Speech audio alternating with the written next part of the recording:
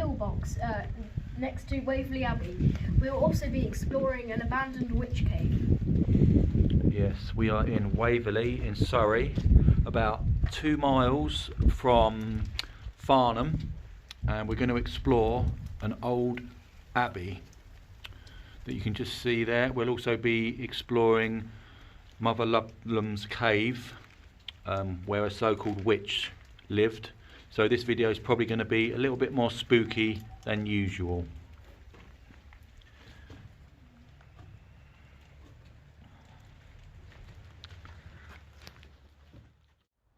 We appear to have found some coots that look like they're walking on water.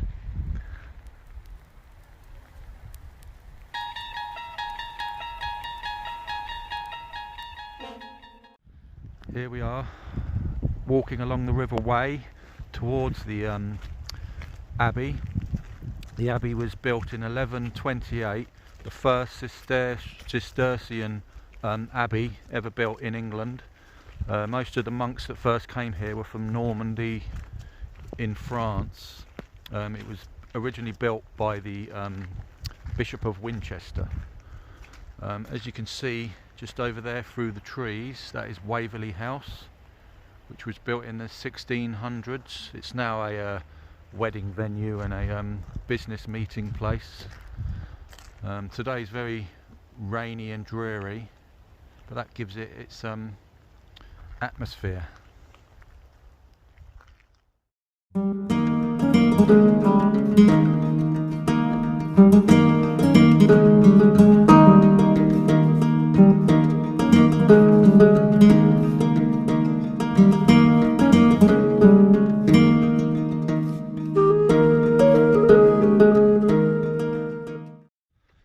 And here we are at the ruins, Waverley Abbey. There's been a lot of problems with the abbey throughout history. It's suffered floods, it's suffered funding problems, and also obviously it suffered from King Henry VIII's dissolution of the monasteries, which a lot of this was destroyed by.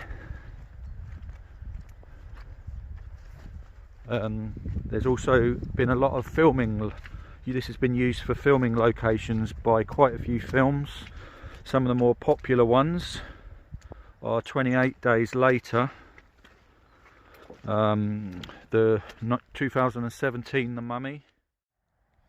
The reason they built it here was like next to the River Wey because it was a good place for water and food. There's also a natural spring nearby that we'll see later in the video. Yep, and that is at the Witch's Cave that will be in a later part of the video. We'll now show you around some of the ruined walls, which were actually recently vandalised by teenagers, sadly enough, which happens quite regularly. They climb on it and start kicking all the rocks out. This part of the ruin is often used for wedding photo shoots of the bride and groom. It's obviously used in a lot of films as well. As I said before, 28 Days Later was filmed here, a part where they're camping in a ground with ruins on their way up north. Yeah, this is my favourite part of the abbey. It still has quite a lot of detail, as you can see. Still has a fireplace.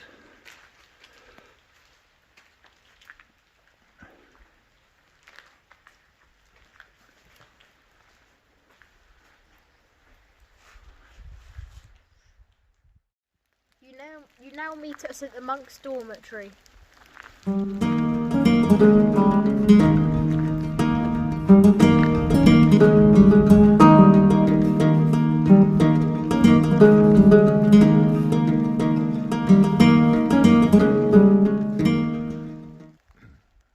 And here is what I think is the old dining hall, of which there is a haunting, which I will add later to the video. Although the date is unknown, an apparition has been seen to appear in the dining hall. This is said to be a former cardinal and was reportedly seen many times drifting around. It is believed that he could be standing guard over a hoard of hidden treasure. Another note of interest when it comes to Waverley Abbey's mysterious past is that a large grey cat was seen by William Corbett in about 1825, which has never been seen since. And here we will show you this amazing yew tree. And here is the tree in all its glory. A beautiful yew tree of which you can eat the flesh of the berries. It's the only part of the tree you can eat. The pips inside the berry is enough to kill a human in a few hours, so it's probably not wise to try it. This tree was apparently here when the abbey was founded, and I think it has some kind of religious importance to them. We're now off to Mother Ludlum's cave. We're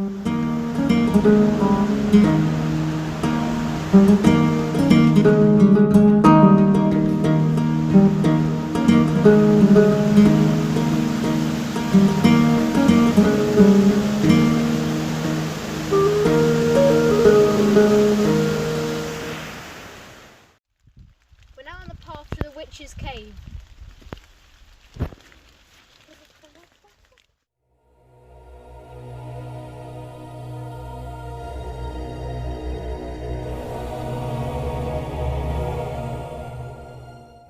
Welcome to the witch's cave.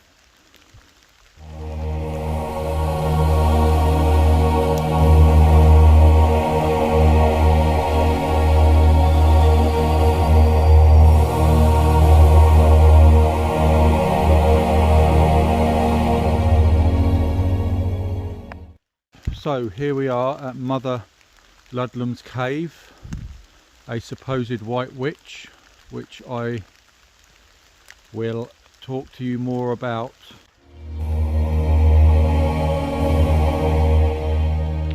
There are many different legends about the witch. One of such was reported in 1937.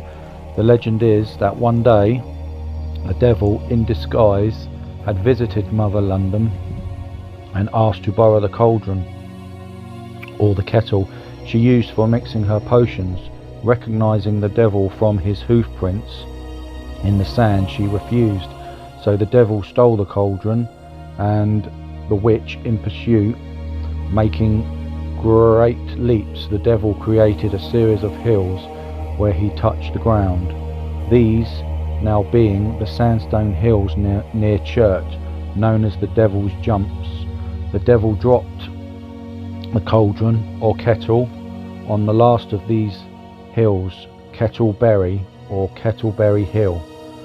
Mother Ludlum recovered the cauldron and placed it in Frensham Church, where it would be safe from the devil.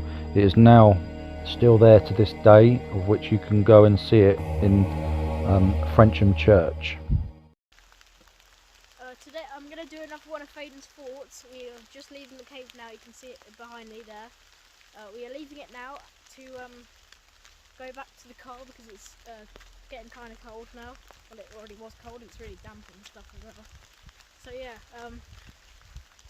it's kind of like, you should definitely come here, but it's just like a shame that like people have been vandalising the abbey, and it's a really nice place to go to, and like think about all the stuff that's happened here, like from like filmmaking and like